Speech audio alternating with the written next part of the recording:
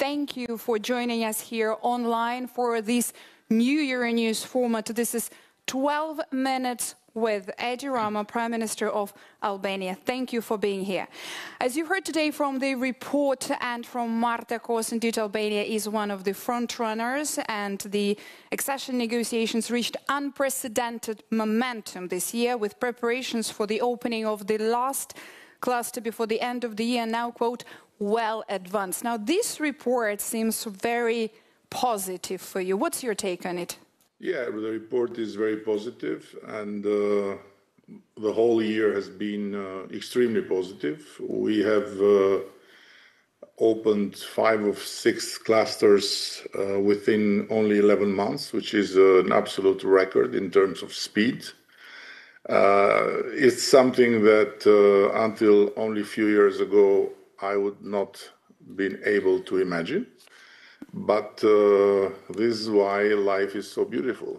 So what's the secret? Why don't you share this secret with other candidate countries? The speed is related with 2 main factors.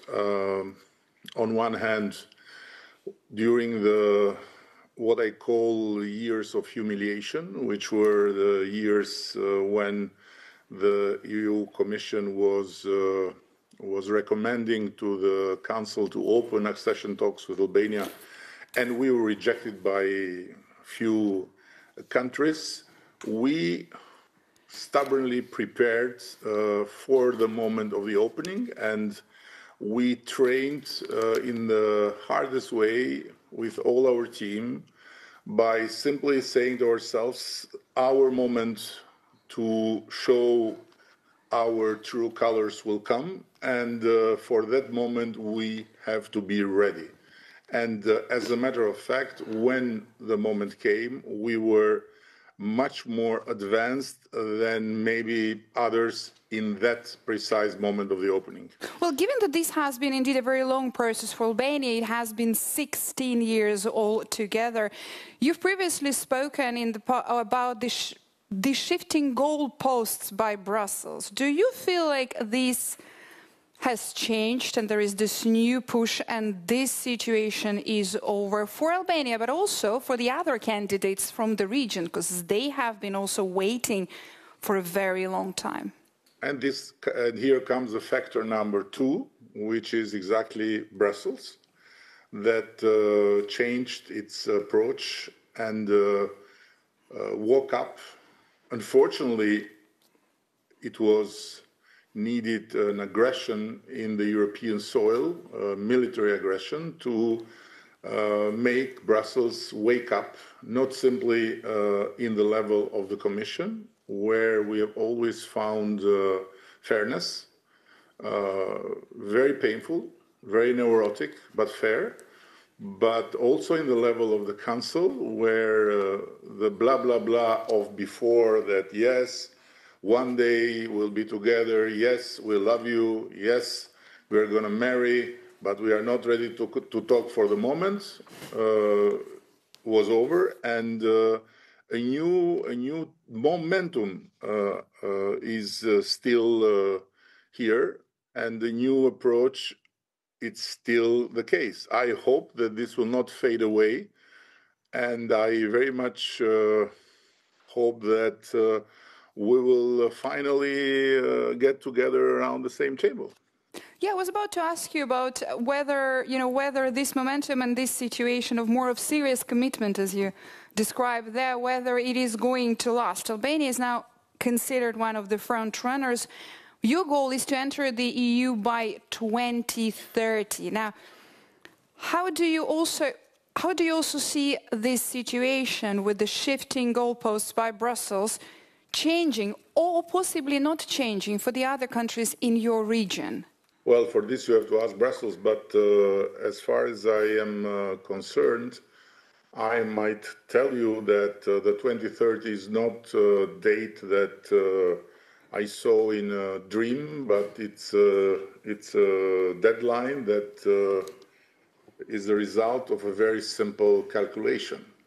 We start from the fact that together with the Commission, in full consensus with the Commission, we have agreed on a calendar that is very ambitious, but it's doable, of homework for us to conclude the accession talks, the negotiations, at the end of 2027. There is a possibility to do it even faster, let's say in the first half of 27, and would be reasons for that, but let's say end of 27. And then the average time we have looked into when it comes to the 27 parliaments to ratify the decision is around 2 years, and this is how we envisage Albania to sit around the table of the EU on 2030. But of course, we are not at all against to be there faster. Everyone has its own path, and everyone has to fulfill its own obligations and to do its own homework. So and there are different characteristics in the region. There are different countries, different histories, and so on and so further. When it comes to us, I can say with a very loud voice that we are the most Euro-optimistic nation in Europe, or as Donald Trump would say, on Earth. Prime Minister, there is a specific focus as well by Brussels. This is slightly on the downside, probably, of the report, with the focus from Brussels coming regarding the issue of corruption. Now, what I want to ask you is that Albania is the first country in the world to appoint an AI as government minister, specifically tasked with fighting corruption. Now, would you give us an update? How is Diela doing? How is her and your fight going on? Albania is doing something unseen and unique in the whole region. Our justice reform and our recognition of the not only de jure but the de facto independence of justice and the full-fledged operation of a special structure against organized crime and corruption has practically created in Albania and for Albania the example that the fight against corruption is something that goes very, very much beyond words, very much beyond makeups, and it goes very deep, and it goes very, let's say, balanced, without looking left, without looking right, independently from who is in government, who is in opposition, who was in power, who is in power, and with a lot of facts that show that what never happened in Albania from the day of independence and creation of the Albanian state in 1912 to until very few years ago, it's happening the last years, something that no other country in the region can claim to have done. And this is not to say that we are better than the others, but this is to say that we have taken it very seriously.